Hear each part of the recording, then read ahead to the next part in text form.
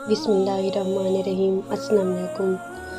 آج میں ارکان اسلام کے 5ویں رکن یعنی حج کے بارے میں کچھ بیان کروں گی۔ مسلمان ہر سال اسلامی مہینے ذی الحج کی 8 سے 12 تاریخ کو سعودی عرب کے شہر مکہ مکرمہ کی زیارت کے لیے حاضر ہو کر وہاں جو مخصوص عبادات انجام دیتے ہیں، اس مجموعہ عبادات کو اسلامی اصطلاح میں حج اور ان انجام دی جانے والی عبادات کو مناسک حج کہا جاتا ہے۔ عشق جب بڑھتا ہے تو اللہ کے دیدار کا ایک جذبہ پیدا ہوتا ہے، وہ حج ہے۔ حج اللہ کی ملاقات ہے۔ اسلام عقیدے کی روحانیت کی بات کرتا ہے اور یہ ساری چیزیں انسان کے دل کے ساتھ تعلق رکھتی ہیں۔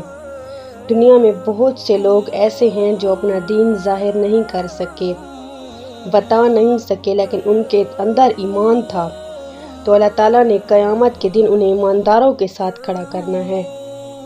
حالانکہ وہ بتا نہیں سکے، سکھا بھی نہیں سکے، تو پھر یاد رکھیے کہ سمجھنے کی بات یہ ہے کہ اپنے دل پر، اپنے باطن کی کیفیت پر نظر رکھی جائے اور جتنی کمزوریاں اور کوتاہیاں ہیں ان سے خود کو بچایا جائے۔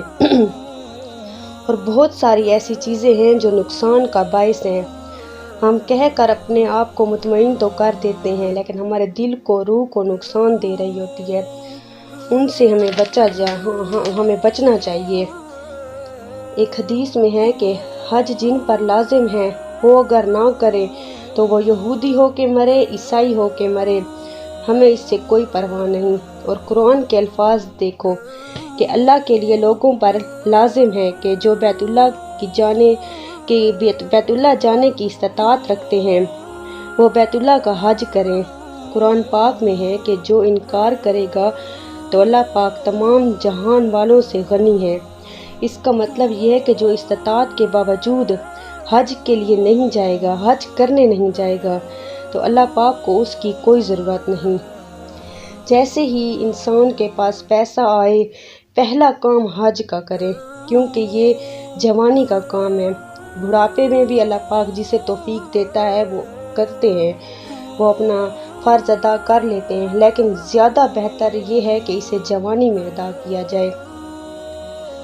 حج انسان کی زندگی کو پلٹ دیتا ہے اور زندگی پلٹنے کی ضرورت جوانی میں ہے۔ جوانی میں چینج ہو گئے، آخرت کا بہت زیادہ موقع ملے گا، خیر کا موقع ملے گا۔ جوانی میں توبہ کرنا پیغمبروں کا کام تھا۔ جوانی میں توبہ کریں، جوانی میں حج کریں، جوانی میں عبادت کریں۔ حج میں انسان کی زندگی، پوری زندگی چینج ہو جاتی ہے۔ دیوانوں کی طرح بیت اللہ کا طواف ساری زندگی بدل دیتا ہے۔ بقرہ عید کے 3 دنوں میں جو طواف زیارت ہوتا ہے نا، اتنا رش پوری دنیا میں کہیں نہیں ہوتا۔ لاکھوں روپے خرچ کر کے لوگ اللہ کے گھر کے گرد گھوم رہے ہوتے ہیں۔ ادھر کبھی حرم کی چھت سے دیکھا کرے ایک انسانوں کا سمندر، اور وہ سارے بیت اللہ کے گرد دیوانہ وار گھوم رہے ہوتے ہیں۔ اسلام کی عظمت دیکھنے کا موقع ملتا ہے، انسان کا دل تبدیل ہو جاتا ہے۔ حج میں بڑی بڑی قربانیاں دی جاتی ہیں، اور حج تو ہے ہی ساری دیوانگی۔ حج کے اکثر احکام ایسے ہیں جن کی بظاہر تو کوئی لوجک ہی نہیں۔ اللہ نے کہا میرے دیوانے بن کے آؤ، جیسے جیسے کہتا ہوں کرتے جاؤ۔ اب دیکھیں کیسے کیسے عجیب کام کروائے جاتے ہیں۔ سب سے پہلے ہمارا لباس اتروایا جاتا ہے، مردوں کا صرف 2 چادریں پہنائی جاتی ہیں۔ اکثر دیوانے ہو تو دیوانوں کا سٹائل چاہیے نا، آفس والا سٹائل تو وہاں نہیں چلتا، یا 3 پیس سوٹ تو وہاں نہیں چلتا۔ اللہ کے گھر بیت اللہ میں کوئی کسی کو کبھی دیکھا ہے جس نے 3 پیس پہنا ہوا ہو؟ صرف 2 چادریں پہنی جاتی ہیں۔ جو اللہ کے نیک بندے ہیں، اس کے حکم کے آگے سر جھکانا چاہتے ہیں، وہ اللہ سے ان احکامات کی لوجک نہیں پوچھتے۔ شیطان نے پوچھا تھا نا کہ کیوں سجدہ کروں آدم علیہ السلام کو؟ ابراہیم علیہ السلام کو اللہ نے حکم دیا بیٹے کو ذبح کرو، یہ حکم بظاہر بہت زیادہ لاجیکل تھا کہ معصوم بیٹے کو قربان کروں، گردن کاٹنے کا حکم دیا جا رہا ہے۔ شیطان کو جو حکم دیا کہ سجدہ کرو، اتنا لاجیکل نہیں بنتا، لیکن شیطان نے کہا کہ مجھے اس کا لاجک سمجھ نہیں آ رہا، میں آگ سے بنا ہوں، یہ مٹی سے، تو میں کیوں سجدہ کروں؟ ابراہیم علیہ السلام کو اس سے زیادہ عجیب حکم دیا گیا کہ اپنے معصوم بیٹے کو اپنے ہاتھ سے کاٹ دو، ذبح کر دو، لیکن ابراہیم علیہ السلام نے اس کی لاجک نہیں پوچھی۔ کہا بیٹا مجھے اللہ نے حکم دیا ہے تجھے کاٹ دوں۔ بیٹے نے کہا جب اللہ کا حکم ہے تو ہم کیا کر سکتے ہیں، کاٹ دیں۔ تو حج ان احکامات کی بھی یادگار ہے۔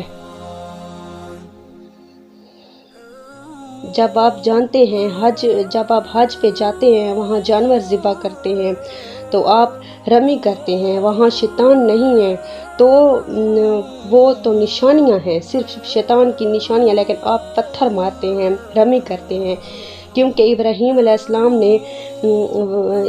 السلام نے وہاں شیطان کو کنکریاں ماری تھی، جو آپ کو بہکا رہا تھا کہ اپنے بیٹے کو کیوں ذبح کر رہے ہو، کیا بگاڑا ہے اس نے۔ ابراہیم علیہ السلام نے شیطان کو دلائل سے جواب نہیں دیا تھا، پتھر اٹھا کر مارے تھے۔ اللہ نے کہا تم جاؤ وہاں کنکریاں پھینکو۔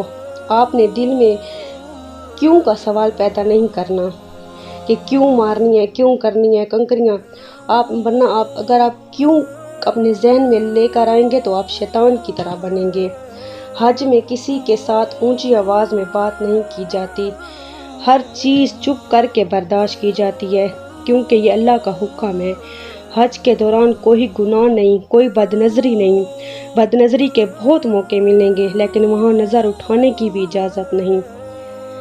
حج اسلام کے 5 ارکان میں سے سب سے آخری رکن ہے۔ ہجرت کے 9ویں سال حج فرض ہوا، اور حج کے 5 شرائط ہیں۔ پہلی شرائط مسلمان ہونا، غیر مسلموں پر حج فرض نہیں ہے۔ دوسری شرائط عقل ہے، یعنی پاگل اور مجنون پر فرض نہیں ہے۔ تیسری فرض بلوغ ہے، یعنی نابالغ بچے پر حج فرض نہیں۔ چوتھی شرط آزادی ہے، غلام یا باندی پر حج فرض نہیں ہے۔ 5ویں شرط استطاعت ہے۔ استطاعت کا مفہوم یہ ہے کہ حج محض ان افراد پہ فرض ہے جو اس کی جسمانی روحانی استطاعت رکھتے ہوں، عورت ہے تو شرعی محرم بھی لازم ہے۔ مسلمانوں کا ایمان ہے کہ حج میں بے شمار روحانی فوائد اور برکتیں رکھی گئی ہیں۔ اللہ پاک ہم سب کو دین اسلام کو سمجھنے اور اس کے احکامات کو پورا کرنے کی توفیق عطا فرمائے۔